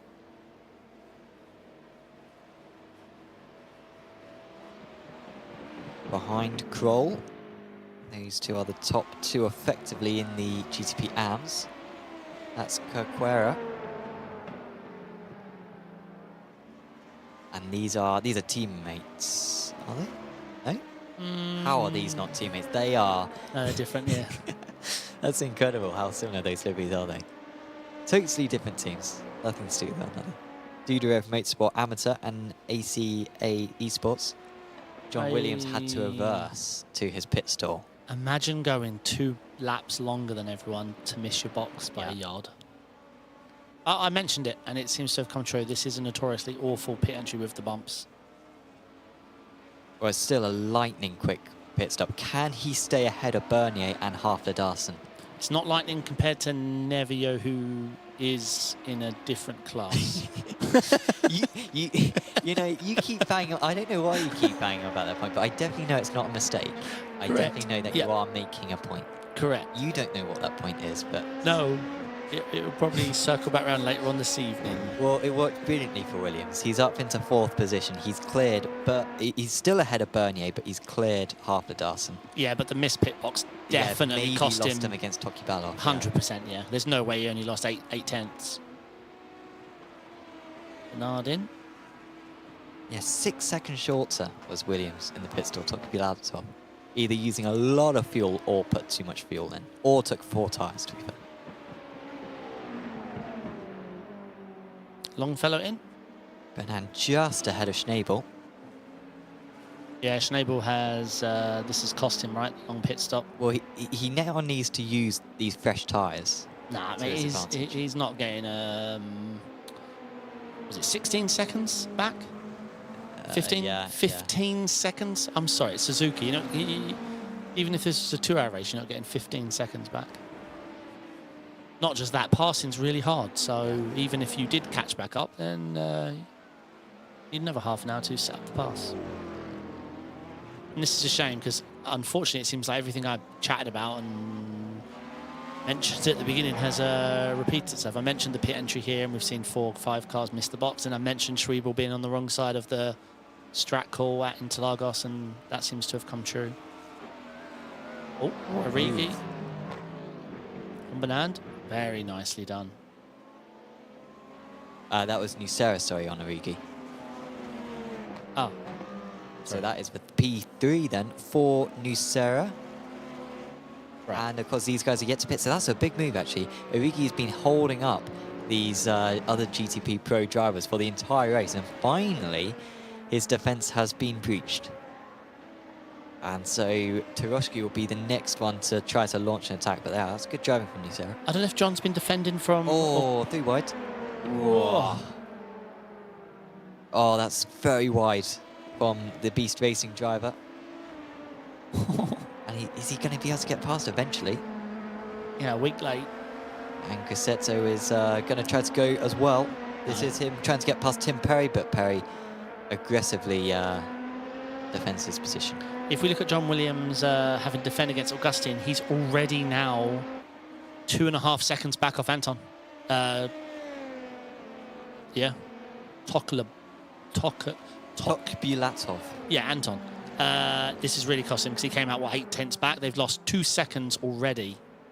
So that pit stop, yeah, did cost him because he wouldn't be defending from Augustine right now. And it's not just Augustine. He's got Marco Hofdarsson's there as well. So, yeah, John would have been on for a very strong-looking P3, I think, if he'd nailed his pit stop. And what a pit stop it was, even with the missed pit. Very impressive drive.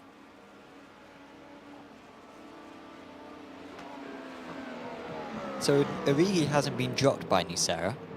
He's still within half a second.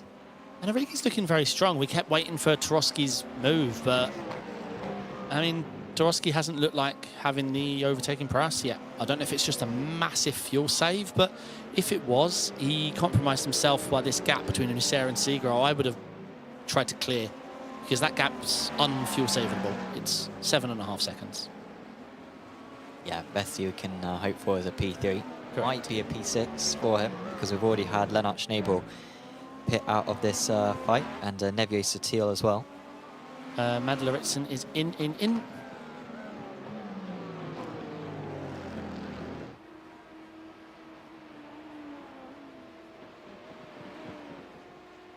Oh, a bit short of his pit stop.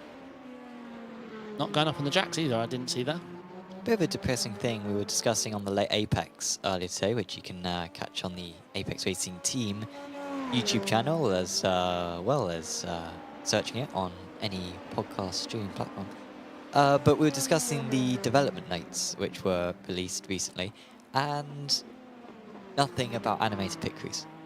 Jeez. That's a feature that was meant to be coming 5 years ago, which did come to a couple of cars, the Indy cars and the NASCARs, but nothing for these cars. Yeah, I suppose it's nailing how the different cars change to us. Oh, as we see Taroski definitely making a move here, and he'll be able to... yeah, should be able to... His car doesn't look super fast, but he'll be able to outbrake this. Yeah, nicely done. So that's Taroski ahead of Origi. Now Taroski 8/10 back on Nucera, hoping he can jump. I assume he's hoping he can jump in the pits, but then, yeah, I don't see how the getting P2 Segro has been way too strong. No, yeah. By the way, shout out to one of the other series that we organise at Apex Racing League. It's the Racing Unleashed GT3 series. And you can still sign up to that. We've got 2 more rounds to go. One of the rounds is on Sunday. It is at Road America, I believe. I lost confidence halfway through that sentence. No, it's at Watkins Glen, an equally good circuit. You do have to do pre-qualifying, which basically involves you have to do a lap in one of our hosted sessions.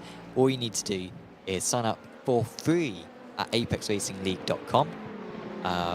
Then you'll be able to do your pre-qualifying lap tomorrow. Tomorrow is when the pre-qualifying ends, and then you can race on Sunday. And then there's one more round to go in 2 weeks' time. So sign up to that. It's totally free, and yeah, you should have a good time at very competitive field. Where's the last round? Sorry.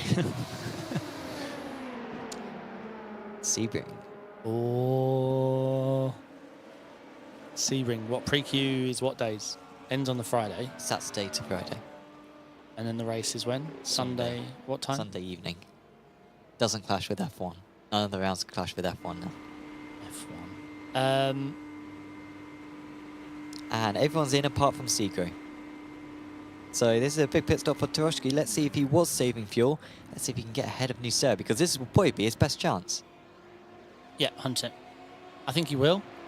But Nucera is no slouch in the pit. But I think Toroshki being that compromised at the beginning, I hope his whole setup and demeanour was to fuel safe. You were wrong.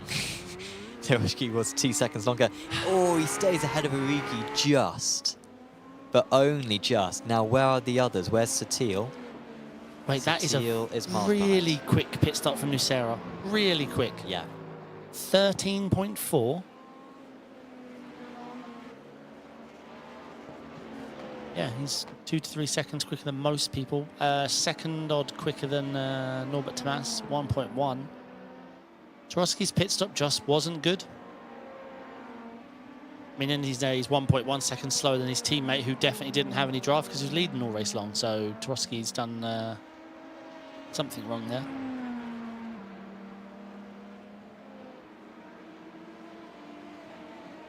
And Seagro's gone a lap longer. Yeah. Yeah, that will... well, he's going to finish in an easy P2 anyway, but will only strengthen that hold. Yep. Just needs to make sure that he does come into the pits, and he does. And doesn't get caught out by the box blowing. Very close for the LMP2 lead, by the way, in the pros. Stands 2/10. Yeah, teammates though, yeah. Yeah, but championship rivals, so you'd hope that they will fight it out. And they were fighting out at Silverstone. Yeah, they fought a lot. Usually detrimentally, Yeah.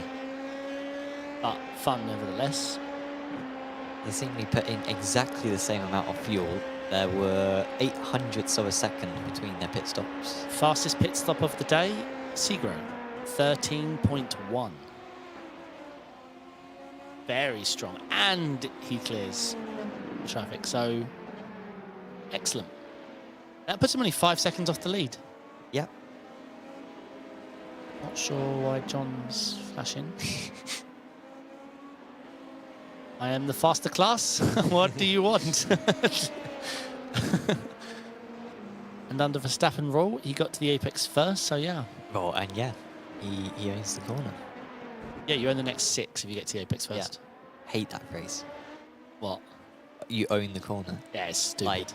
Like, or it's your corner.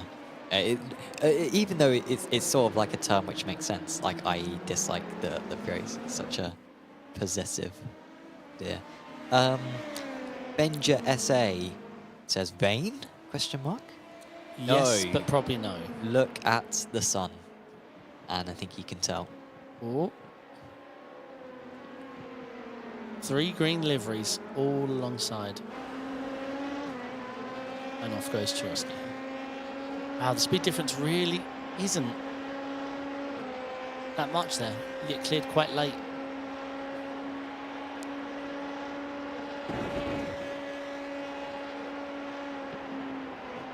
Augusta Bernier not having the best race after that compromised qualifying. But it's so difficult to pass here. Right, how did it work out for Leonard Schneebel? Let's see. He is 7.5 seconds off Nevio, and Nevio spun, right? Nevio was a chunk back from Leonard, so yeah. And it's Origi, right, in this second half of the race. Hasn't really gone his way. Yeah, he had P3. Oh, contact. Yeah, Origi looked to have third set, but it looks like Origi's been literally caught out by just burning too much fuel. Yeah. This is iRacing. we don't burn fuel. Alistair Kirk in chat saying John doing a brilliant job. Let's go effect. He is indeed. It would have been an even better job had he not missed his box, because he would be P3 and he wouldn't be having to defend from, I mean, two of almost the best drivers in the league. Bernier and Hofdorf have been absolutely solid drivers. It's clear that Bernier hasn't had the pace tonight.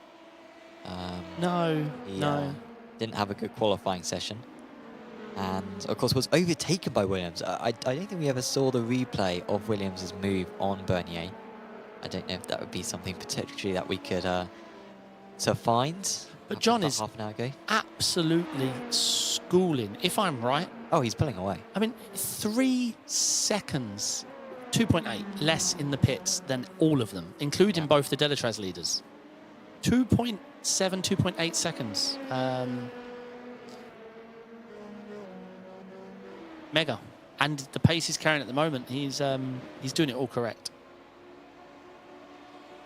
Yeah, Got a replay. I think, is this the move? It is the move.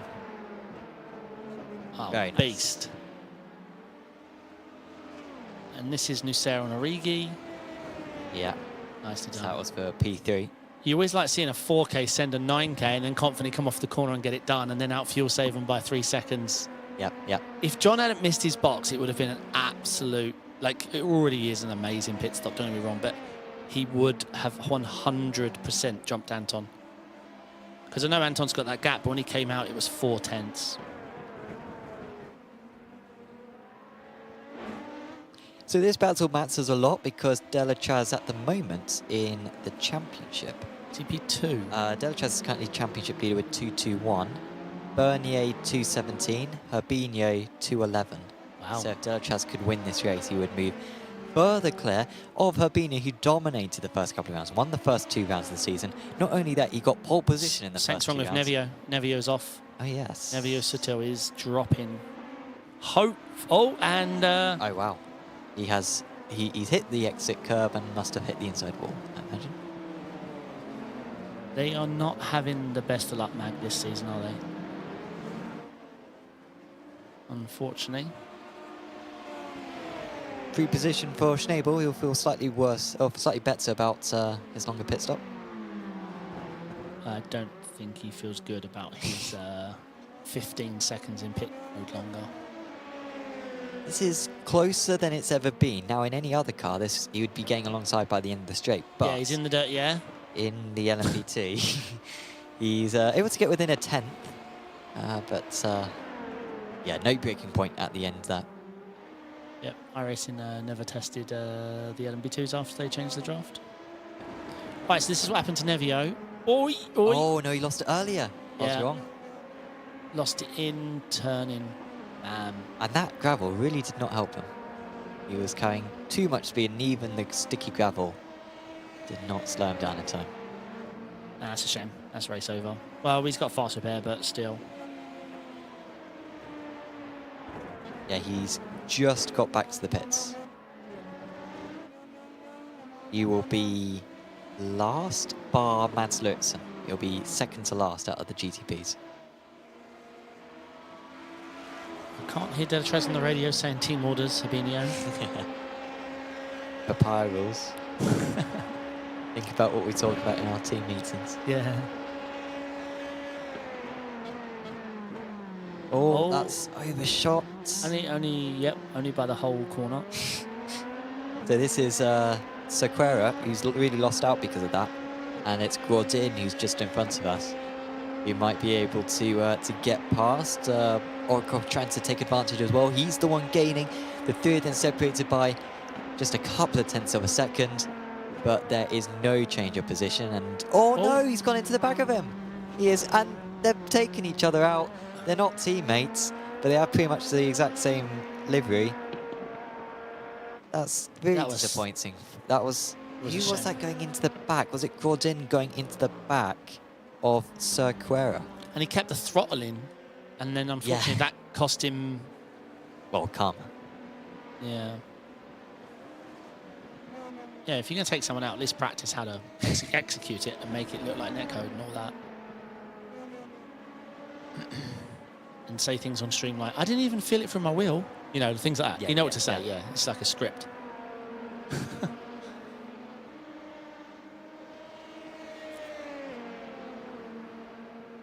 Satil, by the way, is retired. So you were right when you said he's basically retired. He's taken the decision to retire. He could have had one more position to his name, but he's decided to call it a day. Shame. Unless he used his fast repair as pit stop. I don't know. Maybe that's it. Good point. Leave it on, leave it accidentally every now and then, unfortunately. Especially when you're not used to it, used to officials. So a lap and a half now for these guys. They have been lapped by the GTP leaders, but only by 2 of them. But yeah, they will finish about half a minute after the GTP leaders finish. They have got the 4-2-1 in front of them that they have to deal with. That is Ivan Revkov, who has already had a collision with another driver. Shout out to Absolute Motorsport this race. P2 and 3 in GTP Pro, and a well-earned result at the moment, right? Yeah. Trotsky's an absolute animal in this car. Obviously, they didn't manage to get the win, but this is still big points. I don't think it... Still think it's Manatee that probably scored the more team points here, but you got to keep the fight alive. White flag being waved. Oh, Matt Baker just pitted, so fuel, Oh, question yeah. mark? Yeah. I'm assuming so. What a race from John. Oh, Nevio. Oh, yeah, ignore me. Yeah, a solid result from John at the moment. If he can finish in this position, he's got a 1.7 second gap to Augustin, so that's comfortable. He seems comfortable on fuel.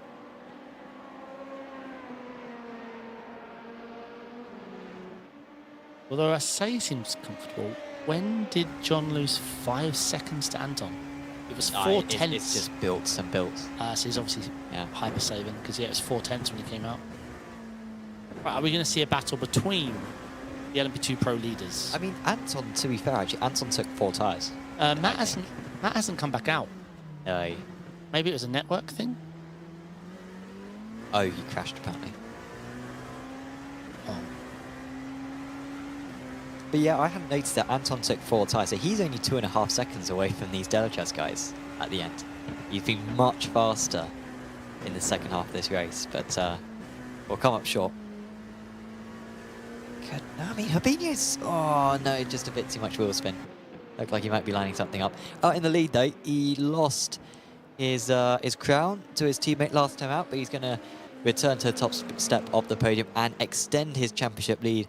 Norbert Thomas with another race win, this time at Suzuka, 7 seconds clear of Antonino Segre. We're going to have to see who wins out, though, in the Delachas battle, and that was pretty close, with the GTPs coming across them right at the end of the race, and they've got to make sure that they get clear here, and Delachas wins out. I mean, I'm not sure if Habinho would have even taken that race win had the opportunity arrived for him. He wouldn't have wanted to win in those scenarios, but he does make it. In the GTP AMS, Anthony Bernand is going to win for PS competition, and he beats Soren Kroll and by 2 seconds in the end. A great performance from Bernand after early setbacks.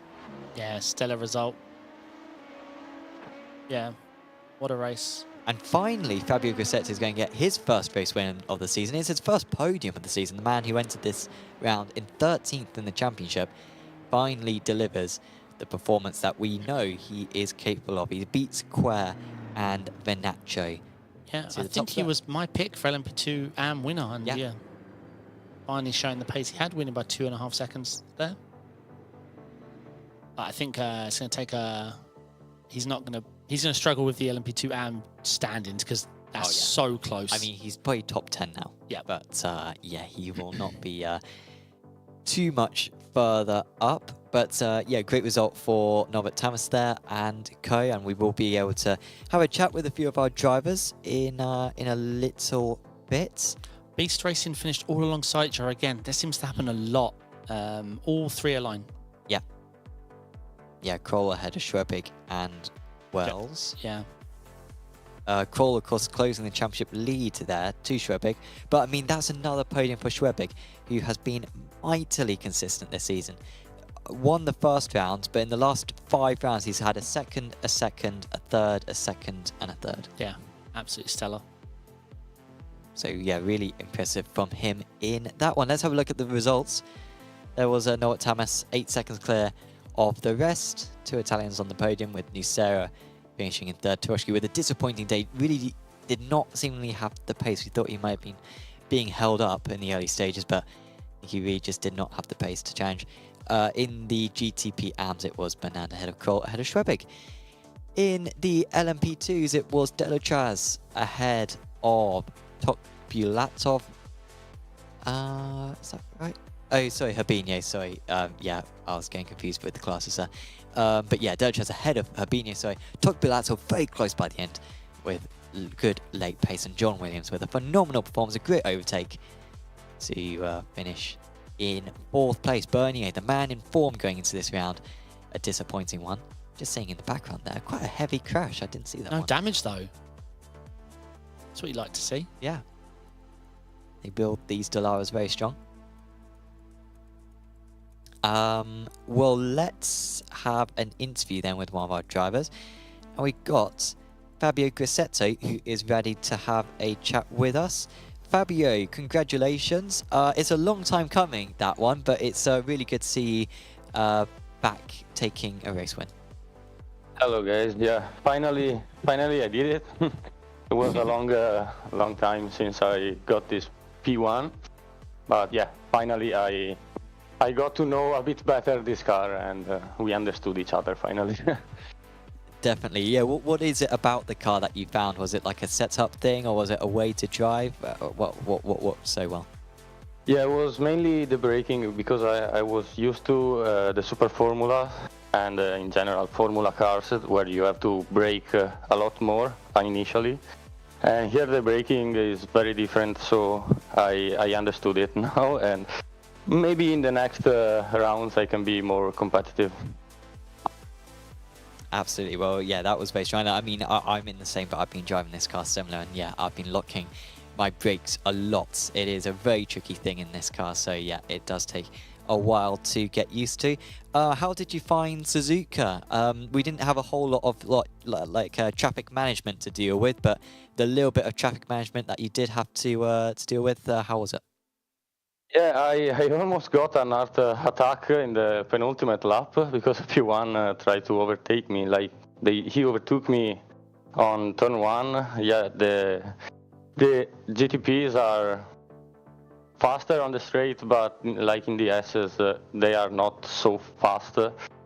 So yeah, moves from them, they can be really dangerous sometimes. But yeah, I love Suzuka with the prototypes. Is always fun, especially the LMP2 in the S's is really fun to drive. Absolutely. Well, thank you for coming up and having a chat with us, Fabio. Is there anyone you want to give a shout out to? Yeah, shout out to Alkentech, because it's my first league race win with them. I think, oh no, in this championship. But yeah, thanks to them guys, because yeah, I wouldn't be here maybe. Definitely, so yeah, thank you, and see you. Yeah, see it's you in really the great next to see you guys doing so well, and yeah, we'll see you back next time. Yeah, nice work, Fabio. See ya. Fabio Grassetto there. And I mean, this is unbelievable. Alright, get him out for 2 laps. Dreadful stuff. Sprint race. I want to say some really rude words right now to iRacing. I mean, and this is peak Formula One, right? Like this is why we have the rain, because it never rains in real life, but it does rain 5 minutes after the race. Unbelievable. Or even before the race. So the guys are going out there in a bright sunny day, but they need to adapt to a slightly damp track that they know will get drier. Oh, What a shame. Good race though. It was a good race. I enjoyed that. would have been better with. Imagine if it rained with 10 minutes to go, and it would have been, oh, do we pit? We're 10 seconds off the race, but do we pit? Do I stay out and dries and lose lap time, or do I put the wets on and fly? Yeah. And we not a spot of rain all season long, not even in any of the practice sessions. I'll let you have an interview. Yep. Let's talk with Leonard Schneebel. Hey Leonard, can you hear me okay? Yeah, I can hear you. GG's mate. Obviously, let's get straight to it. First question, the pit stop. 15 seconds slower than everyone in front of you. What happened? Yeah, it's just if you don't practice the pit stops and have no idea about strategy, that's just how it's gonna turn out. I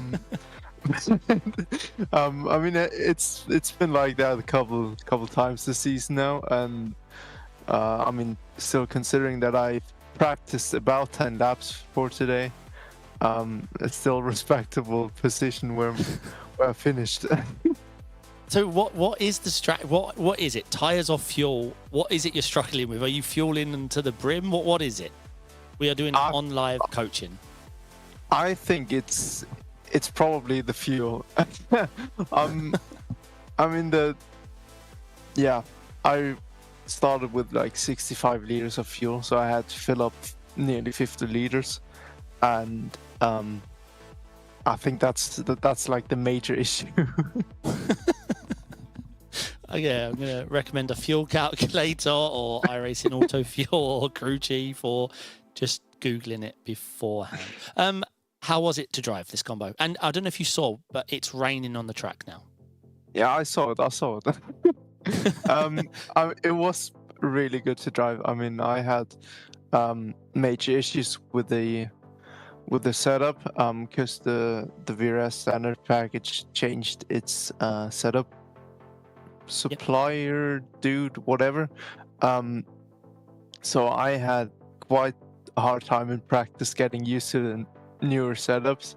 But after a couple laps, it was really great to drive. I was scared that it's going to be a bit more oversteery, because that's what it was like in the first few laps. But it turned out really, really good, and I mean, we had the pace to be within the top 5. Oh, for sure, yeah. Obviously, it is very competitive ahead of you. I mean, obviously Tamas and Tarowski usually find themselves at the front. Nucero's running rapid. Seager had an amazing race.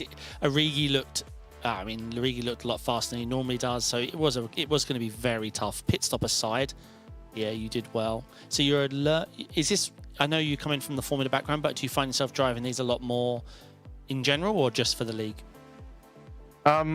Right now I'm just driving for the league, because I don't have that much time during the week to drive. So right now I'm just driving this league, and that's basically it on iRacing. Oh, okay. Here and there some Assetto Corsa, but we'll put that aside. No, it's a great car. I got used to it over the last few weeks, and I can see myself doing more of that, because as I said before, Formula cars is a weird topic in iRacing. A weird topic? How do you mean? Sorry. We have that many Formula cars, that many great Formula cars, but yet they're still dying out a bit, and yeah, sure. You can't find that many leagues with the Formula cars. Yeah, fair point. Okay. Yeah. You've got it right there. I suppose they are a little bit too diverse. But no, Stellar Driver, nice to chat to you again. Are you looking forward to next week while I try and remember what track it is? It's Road America? Yes, are you looking forward to Road America? Sorry, I was biting time. We'll see. I can tell you on next Thursday when I start practicing. Oh my god. It's a fantastic track in this car, so yeah, you're gonna love it. As long as the temps aren't too hot, it's absolutely amazing. But yeah, just try and work out your fuel. Okay, is there anything you'd like to give a shout out to? Or we send whole shout out to the Architect squad, to Fabio for getting his first win with us, and shout out to you for giving me those advices for fueling and stuff, and also to Sam. I'll watch the stream afterwards. Excellent. All right, mate. Congrats, and we'll talk soon. Yeah, see ya. Leonard Schneeple there. Always nice to talk to. Always a very happy guy. Definitely. Yep. Let's next have a chat with Alexander Delachaz, who managed to win in the LMP2 category. Alexander, congratulations. Really, let's first talk about qualifying, because whilst you've had a very good season for yourself, that was surprisingly your first pole position of the season. Did it feel like a particularly good lap? Yeah, I'm very, very happy because the qualification is not my, is not my strong point. Okay, but yeah, the first lap was just really clean. I don't feel so fast, but just very clean. And after the track changed a bit and it was more complicated to catch this time, I tried several times, but without any success to improve the time. And it was the case, I think, for all the other driver. So yes, I was in pole position and I'm very happy. It's very important on this type of track because the track position is very, very important. And if you lead, you manage the race, your race, but also the race of the other driver. So yeah, it was very important, and I was happy. Definitely, and then pretty much for the entire race, you were kept very honest by your teammate Christoph, particularly in those closing stages. It was close. I mean, of course, both you guys are going for the title, but you're both teammates. So what's the fighting amongst each other? I mean, are you open to fighting each other, or in that position is it just about sealing the 1-2? Yeah, we are open to fight, as most clean as possible, of course. But we was looking also. Alton was behind us at 2 seconds, 3 seconds, something like this. So it's pretty close, and it's not always to have many fights because we will lose time if we do it. And anyway, if I didn't did any mistake, Christoph was not able to try to overtake me because of the dirty air and track configuration, like I tell it just before. But I did 1 or 2 mistakes, and he tried to take it, of course. Christoph is a very patient and very, yes, he's very patient. He knows how to wait, to push the other driver to make the mistake. So he tried to take it, but I know him very well, so it's help to defend the position when you know how to drive the opponent. Absolutely. Well, looking forward to the next round of the championship. We were just actually looking at the weather, and it rained with straight after the race. I'm not sure if you saw. Would you relish rain with 10 minutes to go of a race, or were you sort of hoping that it would stay dry? I didn't manage the weather because we got the chance to have Thomas with us tonight. So he did the track engineer and he checked the weather and tell us that we will have no rain. Any case, rain or no rain, both are okay for me. I'm confident in both of case, so yes, I think it was more for Augustine that it was important because he's very, very good below the rain, and it was not the position he want at this moment. So I think, yeah, Augustine wants the rain, but he didn't get chance on this round.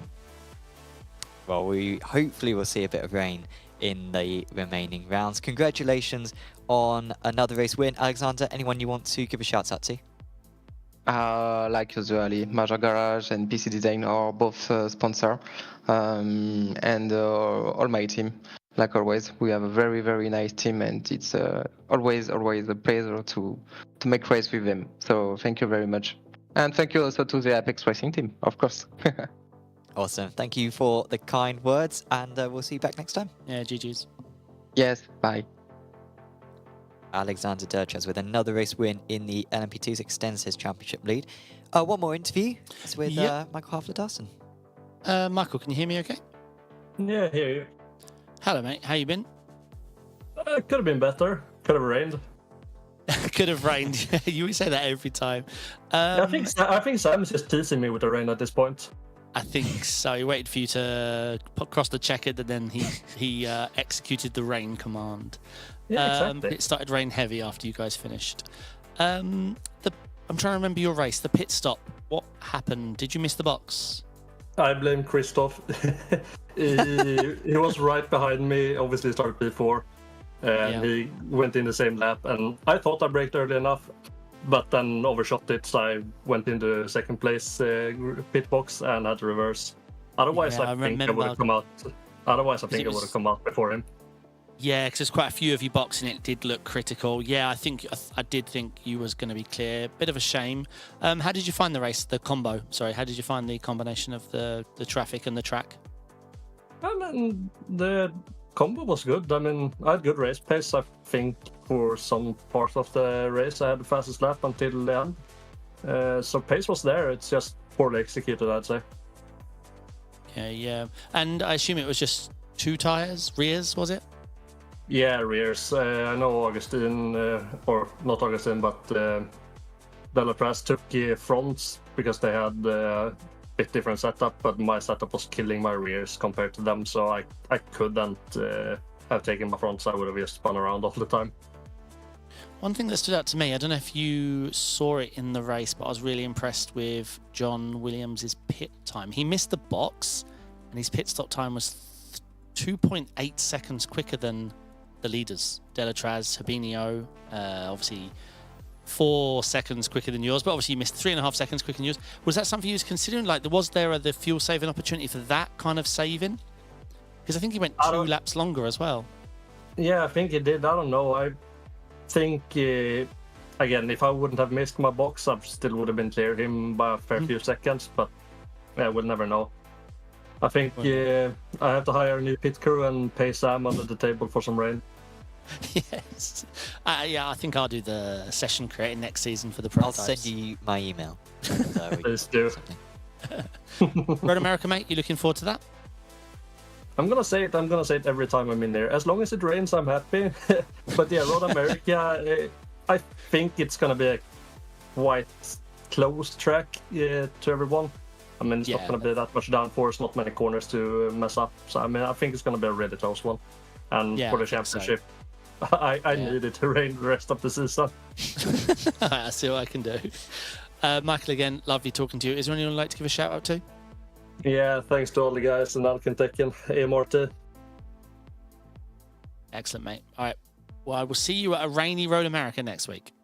Thank you. I'll PayPal you later. Thank you. Cheers, mate. Bye. Bye, mate. Michael there, always doing the rain dance. Always doing the rain dance. I do remember him in the one. rain in the endurance, was it? here? Was it Suzuki? Yeah. Yeah, I can't remember yeah. if Alcantech won that one. Yeah, I mean, he was flying. I think I remember his name. Oh, they didn't win. They got... I wasn't even there to commentate on the race, but they got caught up in a crash. Was it I Aero think Endurance? They were leading, Aero Endurance. Suzuka Because in it the was wet. Delta Sport, I think, who won in the end. But yeah, I think Alcantech crashed out. Yeah. So, but no, so yeah, he is good in the wet. We'll see. I mean, could have been so good if that rain was 10 minutes earlier. So good. Yeah, Nice. start fixing the sessions. Not this fairness rubbish. Fix it. We'll see what happens. Road America, I don't think much rain is in Wisconsin, so I doubt it will rain there, but Fix it. maybe we'll get some at the end of the season. That is pretty much everything for us. Of course, another shout out to all of our sponsors. BRS, of course, the BRS summer sale is still going on, so you can check out apexracingsim.com in order to check that out. Do check out Apex Racing Academy as well. Their links are in the description below. And of course, check out the Late Apex as well, because that's on the Apex Racing Team YouTube channel. And wherever you stream podcasts, just search the Late Apex and it should come up. Of course, do check out our social media pages as well on Instagram, Twitter, and Facebook. Loads of clips of various Apex Racing TV moments being posted on there. So do check out Apex Racing League and Apex Racing TV as well on your chosen social media platform. Please like this video, subscribe to the channel, as we've got way more action coming up over the next few days. But for now, for myself, Sam Fitzpatrick, from David Sampson, we are going to say goodbye and we'll see you back next time. Ciao.